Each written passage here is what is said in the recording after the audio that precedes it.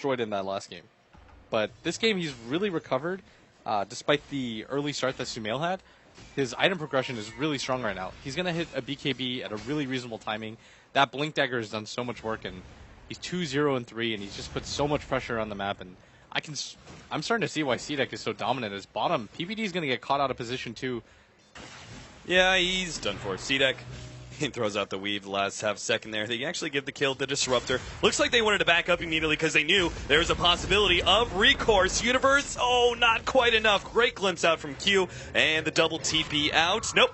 Fear actually got one of them, and AUI blink forward, but a little bit too late for the Tusk. Yeah, they're still just creating space around the map, which I think is the good thing, is that you're forcing EG, who, forced you to play around them. This time, C-Deck is saying, you're going to play around us. Like, we're going to make the moves. We're going to force you to play Realm. Oh. All right, Dota just bugged out and the Undying died. Somebody's got to get on that and fix it. Yeah. Volvo, please. You can't even be bothered by that. That's don't worry what I mean. about it. There's a lot of Valve staff around here. We'll talk to them after the game. Yeah, he's got to be saying, like, why would you place wards there? You're winning the game. You don't have to be defensive. That was actually, the sound that you made was actually the perfect sound for when somebody dies to Techie's minds. I just I was trying to laugh and I can't even, whatever. The game bugged, the Undying died, you move on from that. That's life. That's the thing, that's how you have to treat it. You can't get tilted by stuff like that. You just be like, that's, what can you do? Oh, aggressive pop by 2 Minds. There's the blink in. They eliminate the gyrocopter. The physical damage and pure damage combined together, but Shiki is still in good fighting shape. He already popped the BKB, gets healed up. They will catch PPD. It's a 2-for-1, make it a 3. They're going to be able to catch Fear as well with the Disruptor ultimate, making sure he doesn't go anywhere. That actually turns out very alright, especially if they can get more, but Sumail's already popped his BKB. Let's loose the ultimate. Universe jumps forward with the Burrow Strike. They've taken out the Undying. A big kill to get. Same goes with XD, and Shiki realizes without his support, he has to start backing himself away, but Universe is still around. He has a Burrow Strike up in a second. Can he get it off in time? No! Right click is there from Shiki. He commits all in order to get that kill, so at the end of the day, that was 3 for 4, plus the suicide on EG. Yeah, 3 EG members plus a suicide, AY, but Sumail just got so much farm out of that, so I got to give it to EG. I don't even know if Universe, if the Queen of Pain doesn't buy back there, I'm not quite certain that they kill the Dragon Knight. Yeah. So, I mean, he's demonstrating that he's incredibly tanky. The armor that he's got, the Black King bar, it just makes him so incredibly hard to kill, and that was not the best fight because they managed to blow up the gyrocopter instantly, and they still barely win that fight. Yeah. And it cost the buyback. That's what you should consider. It's not the raw numbers. It's in an ideal world, in a vacuum, who won that fight. And I think that C-Deck, if things go perfectly, they can still come out on top. And I just like the fact that this game, they're kind of just ignoring the techies factor. Like, that's what I said. I said it repeatedly. I was like, you just have to play like the hero doesn't exist. Play cautious, but, don't let it scare you into not making moves whatsoever.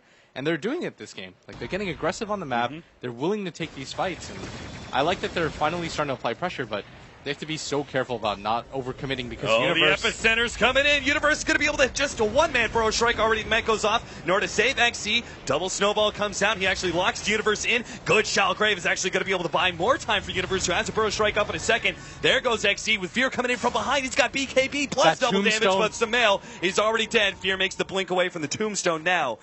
He got a couple of kills. Shiki's still trying to pursue, but he won't be able to get close enough. That fight still really good for EG. They kept Universe alive, and Fear with the double damage, man. He just caused so much havoc. They might even want to re-engage here. If they only see 2 heroes here, I think they actually want to get into this fight. I mean, they know the other 3 are 100% dead. AUI does have the blink suicide ready to go.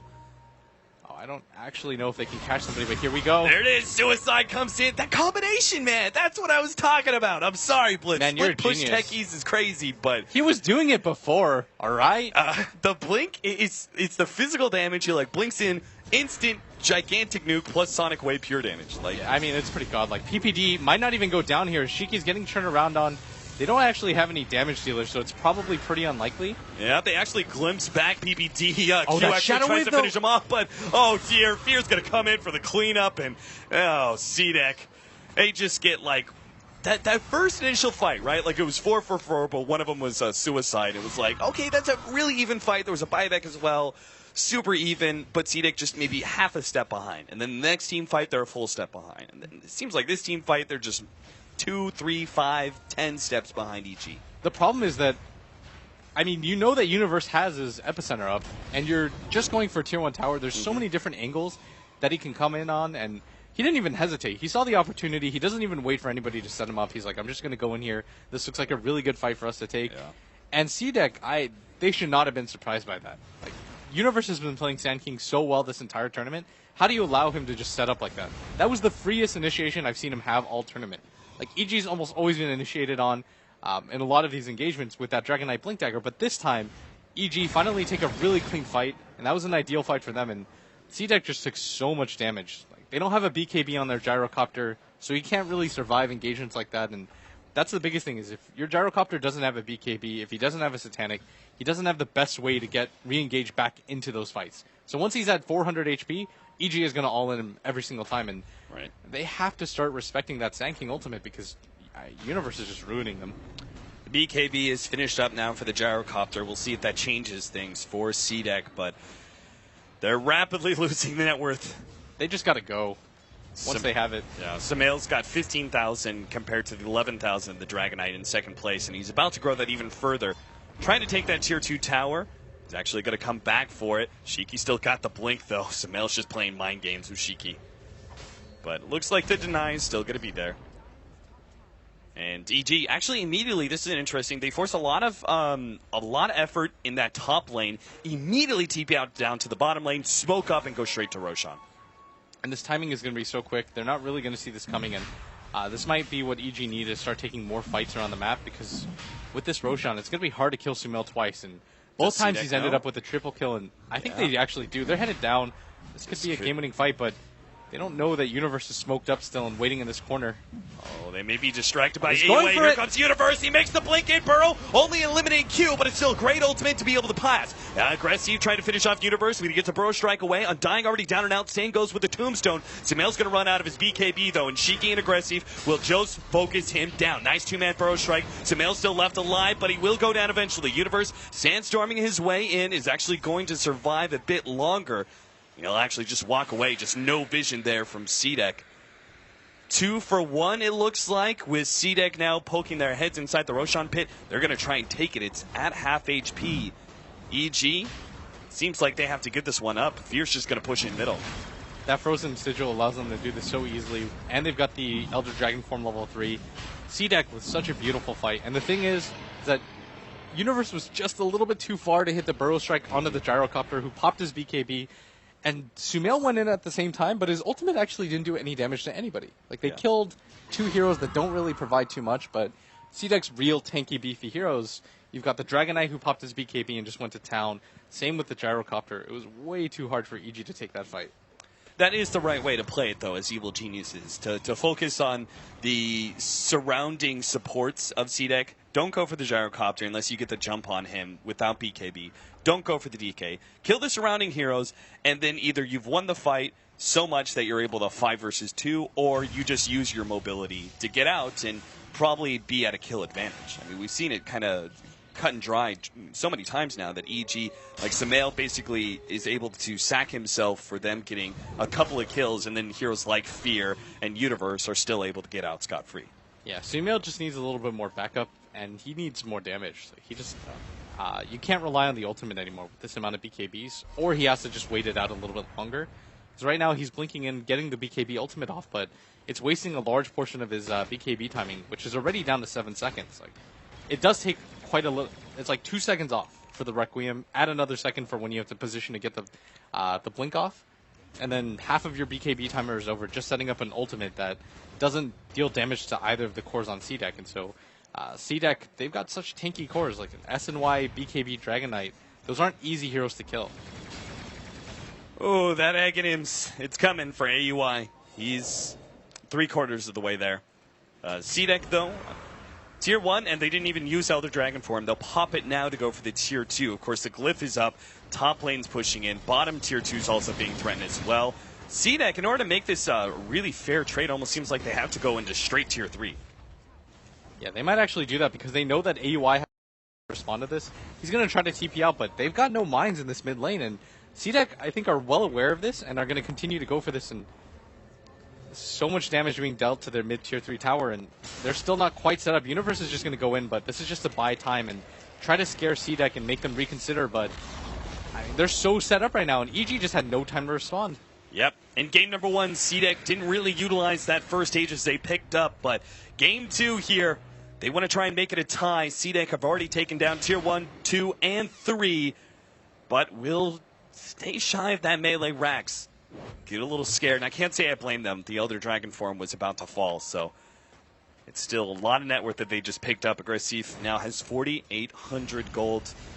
Is Butterfly his choice? Do you go Scotty just for more raw stats, or do you go MKB knowing that SF is going to go Butterfly next item? You don't know that the Butterfly is coming out on Sumail, though, because he's actually held on and not picked up the quarterstaff. He's like made sure that CDEC have no idea. It's most likely going to be a Butterfly for the Shadow Fiend, but you still want to keep them guessing. Yeah. You can. Like, give them another look. CDEC, though, I imagine he'd probably go for the MKB. I think it's just the better decision.